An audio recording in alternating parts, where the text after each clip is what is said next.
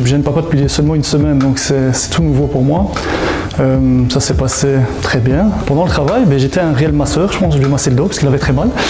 Je pense que tu essaies d'être soutenant comme pendant la grossesse, tu essaies d'être là en disant oui elle a mal, mais forcément toi tu peux pas prendre sa douleur, ce qui est malheureux pour l'homme, mais tu peux l'aider à essayer de penser à autre chose, de respirer, souffler, les trucs que tout homme essaie de faire et en fin de compte tu te dis mais est-ce que ça marche ou pas, on ne sait pas, mais bon apparemment je pense que j'ai pas mal assuré sur le coup, c'était cool.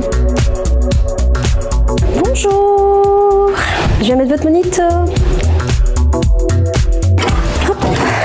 Allez voir comment va votre petit loulou aujourd'hui. C'est pas trop serré non plus, ça va? Non, ça va. C'est un côté émotionnel très important où la maman va être dans un état de douleur, d'émotion très intense et donc le papa peut parfois justement calmer par sa présence, son accompagnement. C'est naturel pour toi de l'aider, d'essayer de faire un maximum parce que bon, comme on dit, nous on fait rien entre guillemets. On est juste là à attendre, de dire est-ce que ça va sortir, j'espère que ça va bien se passer, que le petit sera en bonne santé, que ton épouse sera en bonne santé quand elle expulsera le petit. Donc oui, naturellement, tu es là pour elle, parce que tu dis que c'est quand même c'est ton enfant, donc c'est quand même le but ultime entre guillemets d'une vie, c'est donner la vie. Donc voilà, c'est quelque chose de, c'est naturel, c'était naturel réellement. Donc avant, les papas, c'est vrai, n'étaient pas les bienvenus, on faisait tout entre femmes, avec les sages-femmes et la maman. Et maintenant, ils sont présents, ils sont réellement présents. D'ailleurs, nous, nos locaux ont été conçus de telle sorte que les papas puissent être présents avec un fauteuil, il y a une table également, suivant si la maman se repose un petit peu, suivant l'avancement du travail. Et donc le papa est le bienvenu. Au début, je m'étais dit, est-ce que je serais prêt à assister à tout et à voir du sang, parce que réellement, il y en a. Le petit qui, entre guillemets, souffre entre 10 ans parce qu'il veut sortir, mais que tu n'arrives pas à sortir d'un coup, donc c'est pas simple. Et après, en fin de compte, comme c'est ton enfant, tu fais plus attention à rien. En fait. Tu prends conscience de rien du tout. Réellement, j'ai vu des choses que je ne me serais pas permise de voir avant.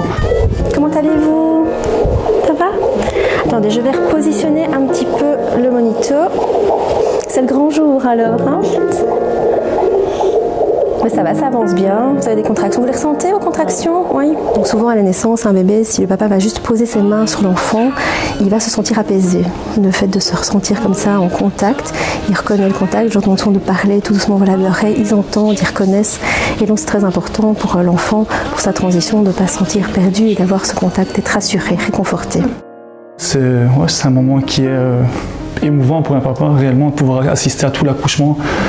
Et là, tu dis d'un coup, il sort et tu prends réellement pleine conscience de dire que c'est ton enfant, quoi. Et là, tu prends une grosse claque, vraiment. C'est une grosse claque. Et ça te fait monter. C'est un ascenseur émotionnel, réellement, parce que tu es stressé, tu as vraiment beaucoup d'adrénaline. Et puis d'un coup, tu te dis, waouh, il est là, quoi.